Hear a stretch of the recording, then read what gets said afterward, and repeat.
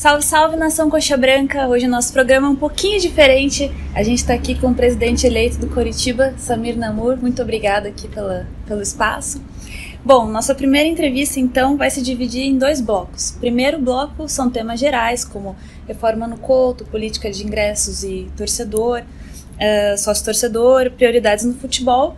E o segundo bloco vão ser perguntas específicas que foram enviadas através do Instagram para nós. Então, vem com a gente.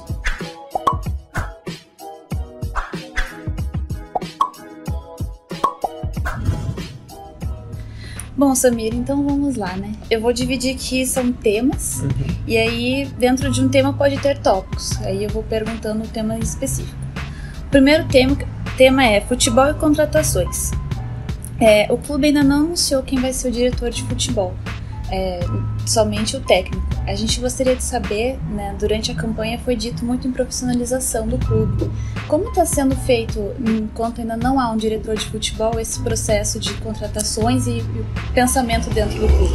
Então vejam só, durante a campanha a gente tinha uma ideia, principalmente de um nome para diretor de futebol, que era um profissional que estava empregado, que fez um ótimo trabalho como diretor de futebol no ano de 2017, e que nós tínhamos uma sinalização de que ele não ficaria no clube em que ele estava empregado. Isso até praticamente a reta final da campanha. E ali no final de semana da eleição, ali no sábado, nós tivemos a notícia que ele acertou os problemas dele lá nesse clube e acabou renovando o contrato. Nós não faríamos proposta, ainda mais assumindo nos primeiros dias de gestão, para um profissional que tinha acabado de renovar contrato com o clube. Pois bem, é evidente que já desde o primeiro dia nós não poderíamos tomar as decisões dentro do departamento de futebol dessa forma, entre aspas, amadora que a gente tanto criticou na campanha. Então já desde o primeiro dia a minha iniciativa foi chamar um profissional do clube, que é um profissional que está há bastante tempo no clube, desde a gestão do Wilson, que começou aqui como observador, depois passou pela coordenação das categorias de base, foi responsável por grande parte da estruturação do Unifique e no último ano agora exercia o cargo de gerente de futebol, que é o Augusto de Oliveira. Então nós chamamos ele, até por entender que ele é um profissional que se enquadra bem dentro do perfil que nós queremos, quer dizer, seria um profissional que ficaria no clube de qualquer forma, independente de cargo, se enquadra dentro do perfil que nós queremos, que é o perfil, digamos assim, técnico de alguém que vem dessa área de observação, de captação de atletas, justamente de estabelecer procedimentos que têm que ser seguidos dentro de um departamento de futebol. Então, desde a primeira tomada de decisão, ele já participou conosco desse processo, e a primeira tomada de decisão foi justamente o técnico. Nós tínhamos já em mente, por conta do perfil, dentro do G5, então candidato, depois diretoria, que a ideia era efetivar o Sandro Forner como técnico. Nossa primeira conversa com o Augusto foi justamente para debater essa opção. Ele elogiou muito o trabalho do Sandro, entendeu conosco que o trabalho do Sandro, o perfil dele se encaixava exatamente naquilo que a gente queria. E aí, então, por isso, essa primeira decisão de efetivar o Sandro. Dentro do departamento de futebol, a partir do momento que ele se desenhou dessa forma, sem o profissional que a gente esperava que fosse ter, nós como diretoria, principalmente eu, estabeleci que nós deveríamos ter 2 figuras, independente de quem a gente vai chamar de diretor, independente de quem a gente vai chamar de gerente, 2 figuras que dividissem algumas funções importantes dentro do departamento de futebol. De um lado, essa figura de um profissional com essa característica de observação, captação, estabelecer procedimento, que foi nesse período dessas um pouco mais de uma semana, foi o Augusto, e vai continuar sendo, então ele vai continuar conosco no departamento de futebol, dividindo as funções com um profissional que vai ter uma função, digamos assim, mais de ser um relações públicas, para fora, que é quem vai dar entrevista, quem vai dar satisfação, e para dentro de fazer essa intermediação vestiário, diretoria, que é quem vai lidar mais no dia a dia com os atletas. É claro que eu, especialmente, vou acompanhar o dia a dia do futebol, até para supervisionar, o futebol não vai ficar largado, mas nós vemos a divisão de tarefas dentro do departamento de futebol dessa forma. Não fizemos o anúncio do Augusto e não fizemos especialmente o anúncio da composição do departamento, porque nós ainda estamos entrevistando alguns candidatos a esse segundo cargo. Fizemos várias entrevistas e um potencial candidato, que a gente acha que pode ser um potencial funcionário do departamento de futebol, está viajando, retorna ao Brasil no dia 23 e será entrevistado pela diretoria no dia 23. Então é possível que já no dia 23 ou depois do Natal, no dia 26, a gente faça o anúncio da composição do departamento de futebol. Mas é importante frisar que o Augusto já vem trabalhando junto com o Sandro na composição do elenco. Então já está em contato com vários representantes de jogadores, já está em contato com a parte de contratações também, verificando atletas nessa composição, já está em contato com representantes de atletas da base que vão renovar os contratos, e desse processo eu tenho participado muito diretamente também. Então o torcedor pode ficar com essa dúvida: peraí, o presidente está falando que é ele que está fazendo, é ele que sabe, é ele que está dando entrevista, mas claro, eu tenho informado isso do ponto de vista de quem está participando diretamente dessas ações. Mas quem está liderando esse processo hoje já é o Augusto, junto com a comissão técnica, principalmente na figura do Sandro. Bom, então nosso segundo tema aqui é sócio-torcedor e políticas de ingressos, né? Foi um dos temas que mais enviaram perguntas a hora que nós pedimos, foi justamente esse tema, que é um tema bem abrangente para nós. Então a gente vai dividir ele por tópicos, tá? O primeiro tópico é a anuidade. A gente sabe que nesse período do ano, principalmente no início, tem poucos jogos, muitos se desassociam, o clube precisa muito de dinheiro nessa época do ano. E a gente gostaria de saber se haverá algum benefício ao sócio que optar por essa modalidade de pagamento. Bom, esse raciocínio é muito importante e desde a semana passada, quando nós entramos nesse tipo de decisão, foi uma prioridade pensar nisso. Então, até para o torcedor entender o que é que vai acontecer nessa questão de benefício para a anuidade nos próximos dias, e talvez até porque esteja demorando um pouco. Então o torcedor, boa parte do torcedor, do sócio, se acostumou lá com o programa Goleada, e até com uma certa escassez de produtos no Goleada nesse período. Então nós já na semana passada, para estimular o pagamento da anuidade, que é muito importante para o clube nesse momento, nós pedimos todo o inventário, todo um relatório de todo o material que existe no almoxarifado. Então existe um material em quantidade muito grande lá no almoxarifado, de várias espécies, calções, meias, camisas, jaquetas, agasalhos, quantidade grande de materiais. E aí tomamos por decisão que, salvo aquilo que as categorias inferiores lá, sub-11, sub-13, ainda vão usar, o resto seja tudo destinado ao Goleada, e daí atribuindo gols, pontos promocionais para quem pagar a anuidade.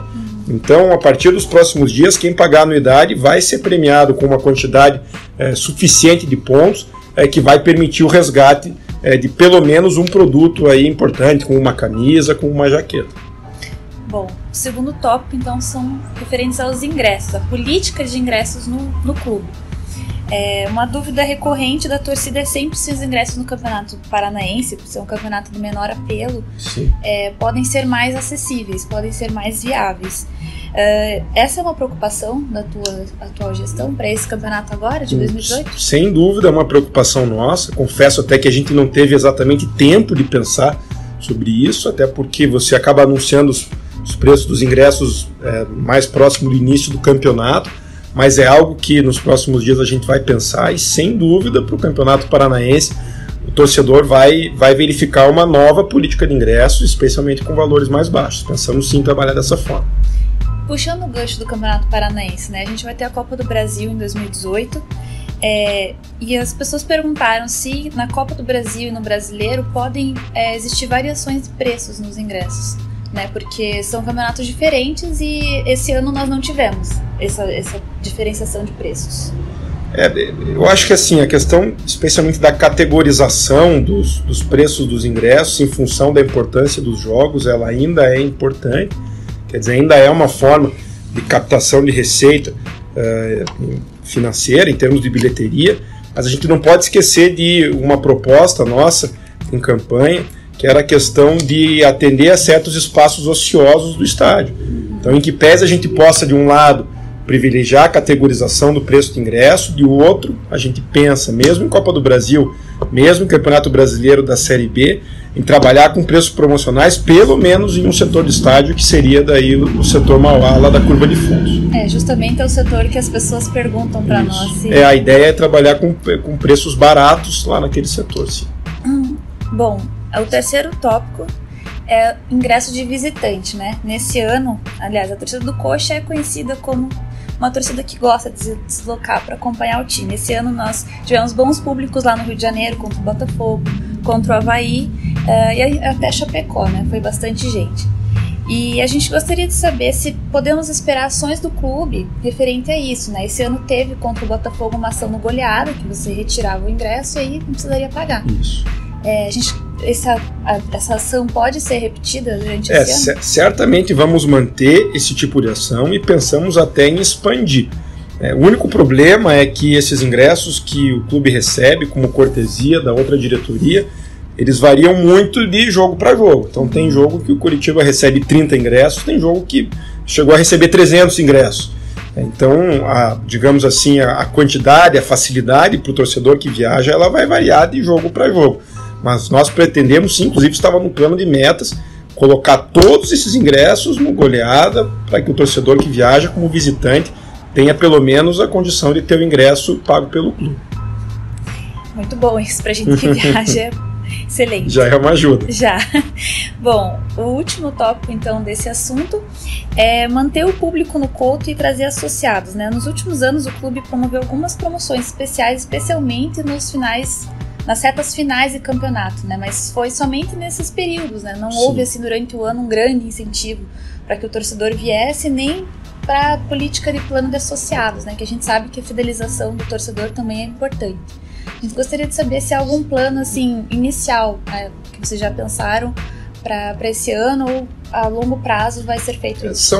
Acho que são vários pontos, né, para responder esse tipo de pergunta. Primeiro, a questão de que os planos de sócios, muito embora possa vir uma proposta do Conselho Administrativo, eles são de competência do Conselho Deliberativo.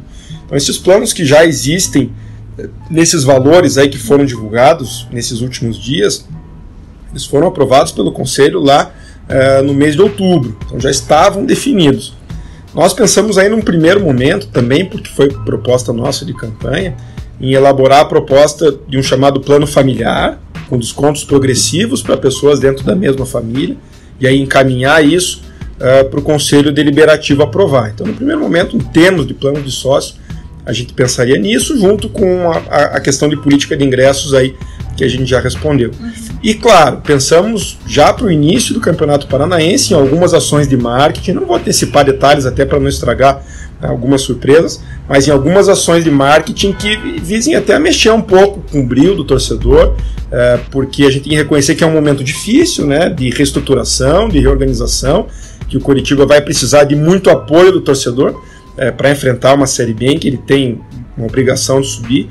A gente pretende direcionar um pouco o marketing para isso, para fazer um certo apelo para o torcedor vir nos apoiar, vir nos ajudar. Bom, nosso terceiro assunto aqui dos temas gerais é a manutenção do Couto Pereira. Também foi uma coisa que as pessoas bateram bastante na tecla. Nós que frequentamos o Couto percebemos, né, que ele está um pouquinho abandonado nos últimos anos, né, falta um pouquinho de pintura, falta um pouquinho de cuidado com ele. A gente pode esperar aí alguma mudança quanto a isso nesse próximo ano? Bom, são duas questões. Primeiro, que essa diretoria nova que está entrando, ela pega o clube com alguns problemas financeiros, não que fossem exatamente inesperados, mas que são problemas financeiros bem graves, assim, com uma série de obrigações que deveriam estar em dia e que não estão. E que o Curitiba não tem, nesses primeiros meses, uma quantidade de receita suficiente para fazer frente a todas elas. Então, o trabalho dessa diretoria, nesses primeiros dias, até no aspecto financeiro, está sendo muito de analisar qual a repercussão, qual a consequência daquilo que vai ficar em atraso e selecionar quais as consequências menos graves para a gente colocar esses débitos em dia. Agora, mesmo assim, já existe um planejamento em curso, em termos de realizar alguns gastos, em termos de manutenção do Couto Pereira. A Comissão de Patrimônio do Conselho, o setor de patrimônio aqui da nossa administração já estão trabalhando nisso, nesses dias, então já há alguns valores separados para isso, especialmente a questão da pintura. A tinta para fazer a pintura já está aí, só é preciso, num primeiro momento, ver qual é a estratégia mais adequada para você não desperdiçar isso. Então, exatamente que tipo de manutenção você tem que fazer antes para depois pintar. Então, a gente espera que nas próximas semanas, principalmente quando o Paranaense começar, o nosso torcedor já consiga visualizar alguns avanços nessa questão de manutenção do estádio. Bom, então o último assunto do nosso primeiro bloco é o Portal da Transparência, né? Ele foi criado em 2015, porém ele não foi atualizado mais. Isso foi um tema bem recorrente durante todos esses 3 anos e agora, especialmente na campanha, sobre qual seria a política de transparência dessa nova gestão, né? Se vai continuar existindo o portal, se vai ser criado outro método para que o sócio tenha acesso a informações do clube, de contratações, etc.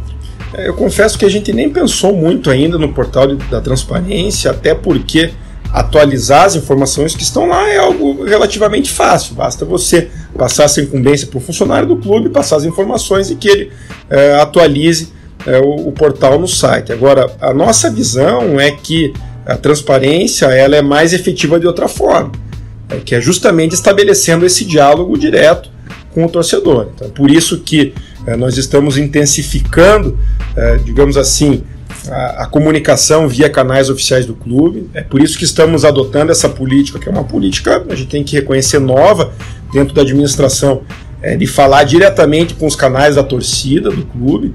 Assim que as coisas se acalmarem um pouco, iremos colocar em prática as audiências públicas regulares. Então vamos convocar grupos grandes de sócios para ter acesso a todos os números, a todas as informações do clube, tirar todas as dúvidas. Então acredito que transparência faz de uma melhor forma desse jeito assim. Então agora vamos para a nossa segunda parte aqui, uma parte bem menor do que a primeira, mas porque não deu para colocar a pergunta de todo mundo, senão a gente ia ficar aqui 3 horas aqui numa entrevista. Não, mas faremos outras entrevistas mais. E daí responderemos outras. Bom, então aqui são perguntas realmente diretas, né? As primeiras a gente pegou um pouquinho de tudo que as pessoas nos mandaram e fizemos as nossas perguntas. Agora são perguntas com o nome de quem mandou. A primeira pergunta é do Fernando Prigol. Ele diz o seguinte: você nos garante que não está usando Coritiba como trampolim eleitoral, pensando apenas em ganhar notoriedade para uma possível eleição estadual futura? Bom, acho até um pouco engraçado esse tipo de pergunta, porque simplesmente é pergunta de quem não conhece a minha história, tanto a minha história de vida quanto a minha história dentro do clube. A minha relação com Coritiba não começou essa semana, não começou mês passado, não começou nem mesmo esse ano para que eu colocasse ele abaixo ou num patamar inferior a alguma outra ambição ou algum outro projeto. Então quem me conhece sabe que isso simplesmente não existe, que para mim não existe nada mais importante do que o Coritiba e nunca existiu e jamais vai existir. Então eu tenho uma trajetória que começa como torcedor desde os 5 anos, sempre muito próximo da torcida do Coritiba. O torcedor que fez a pergunta, imagino eu, deve conhecer o que é o Prêmio Alma Guerreira. Então eu fui premiado como sócio Alma Guerreira em todos os anos em que o prêmio teve, porque há muitos anos, há mais de 6 anos, não falta um jogo do Coritiba. Ingressei no conselho do Coritiba em 2015 e provavelmente fui o único conselheiro no mandato inteiro que não faltou nenhuma reunião do conselho. Então tenho um histórico grande de dedicação ao Coritiba. E o torcedor pode perguntar também para as pessoas que estiveram muito próximos de mim nesse processo de formação de chapa, perguntar o seguinte: se algum dia eu pedir para alguém para ser presidente do Coritiba, ou se algum dia eu estabeleci algum tipo de sistema ou de projeto para que fosse presidente do Coritiba. Eu nunca fiz isso. Foram as pessoas que vieram até mim e perguntaram se o meu nome estava à disposição, inseridos dentro de todo um contexto político de um grupo que tem um diagnóstico e que tem propostas. Então é evidente que isso não existe, é evidente que isso é infundado. Claro que para os torcedores que continuarem com essa dúvida, é o futuro que vai mostrar por conta da minha postura, que vai ser uma postura sempre de dedicação ao clube e sem pensar em nada que está fora dele. Bom, a segunda pergunta veio do Instagram instacoritiba, @instacoritiba, fez a seguinte pergunta. Presidente, qual será o posicionamento do clube quanto às negociações de jogadores com outros clubes brasileiros? Serão aceitas trocas, empréstimos de jogadores ou será cobrado o valor financeiro referente à negociação?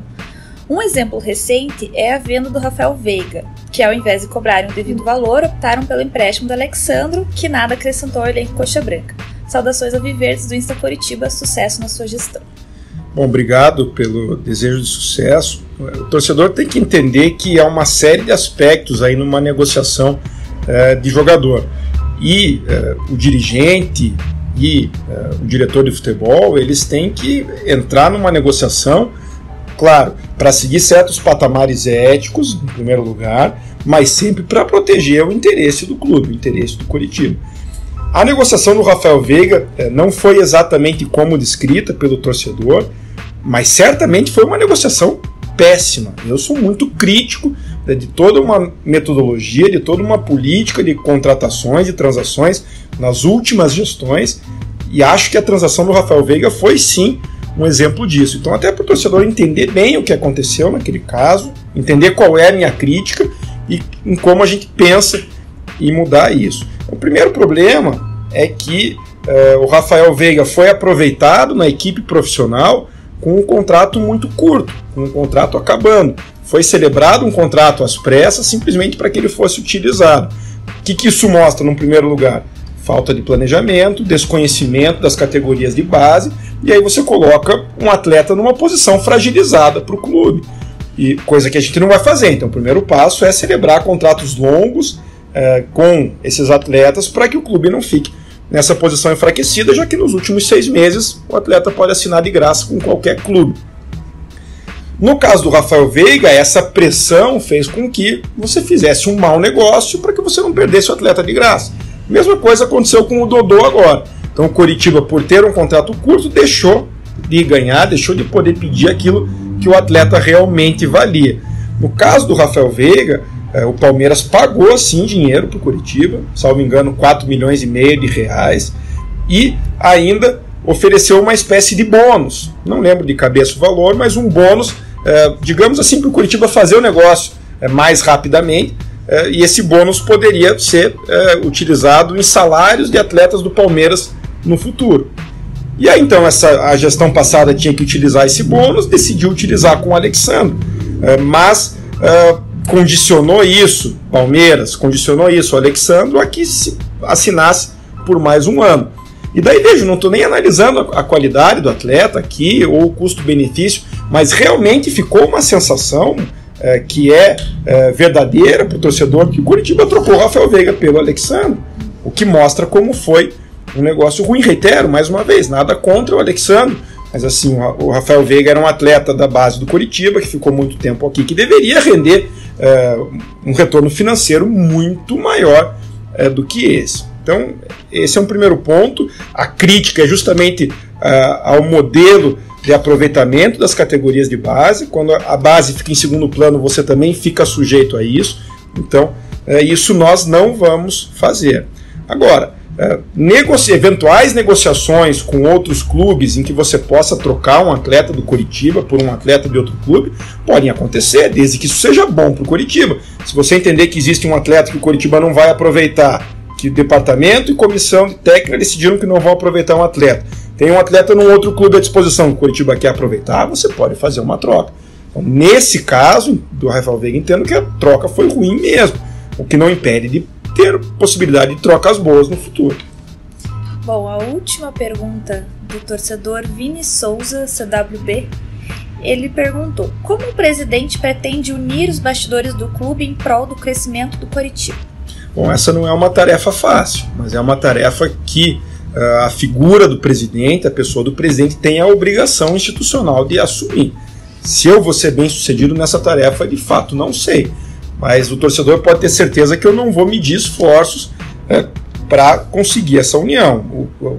A parte principal do meu discurso, do primeiro discurso, quando fui eleito, já foi nesse sentido, de que esse é um momento de união, de diálogo, de entendimento, porque é um momento de reestruturação do clube, um momento de dificuldade. Então, quanto mais união a gente tiver, mais facilidade ou menos dificuldade a gente vai ter nessa nossa jornada. Então foi por isso, por exemplo, que convoquei uma reunião com todos os ex-presidentes do clube, vários deles vieram, vários deles se colocaram à disposição para nos ajudar. Um exemplo aí para o torcedor, o João Jacomel, que foi presidente do Curitiba, já está intermediando um contato nosso com a Federação Paranaense de Futebol, já estamos desenvolvendo conversas para ver se o Curitiba consegue um bom contrato com o RPC. Claro que mau contrato ninguém vai assinar, mas se conseguir um contrato pelo menos razoável, um contrato bom, a gente pretende sim estabelecer uma negociação. Então, nesse caso, o Jacó ajudou bastante a gente. E acho que ajudou também um pouco por conta dessa minha postura simbólica de convocar todos os ex-presidentes para vir até aqui. Então eu, como presidente, estou aberto a conversar com todas as lideranças, seja dentro do conselho, seja da torcida, com pessoas de todos os grupos, porque isso é tarefa minha, de intermediar o máximo possível, que todo mundo se entenda, que todo mundo converse e que o Curitiba saia ganhando com isso. Bom, só uma perguntinha, aquela pulguinha atrás da orelha que todo mundo ficou em prantos querendo saber, se o Wilson vai ficar no Curitiba. Bom, o Wilson fica no Curitiba, não há risco, não há possibilidade de o Wilson não ficar no Curitiba. O representante dele já veio até aqui, já conversamos. Temos que lembrar que o Wilson tem contrato até 2020, então se não houvesse um entendimento ele teria que cumprir esse contrato pelo menos, mas houve alguns pedidos da parte do representante dele, houve um compromisso do departamento de futebol e da diretoria em pensar como trabalhar dentro desses pedidos. Então é possível que haja aí necessidade de algumas modificações no contrato dele, mas isso ficou muito claro nessa nossa conversa, que é um detalhe, que isso é secundário. Existe a vontade do Wilson de ficar, a vontade do representante dele de que ele fique, e principalmente a vontade dessa diretoria do Curitiba que ele fique. Então a gente vai acertar alguns detalhes que precisam ser acertados, mas posso garantir para o torcedor com 100% de certeza que o Wilson será o goleiro do Curitiba em 2018. Ainda bem. Bom, então a gente fica por aqui hoje, nosso programa especial com o presidente Samir Namur. Muito obrigada pela tua entrevista, pelo teu tempo. Espero que o torcedor fique bem informado. Afinal de contas, a gente fez todas as nossas perguntas com base no que vocês mandaram para nós. A gente quer sempre ser a intermediação. E é isso, nós nos vemos por aí. Até mais!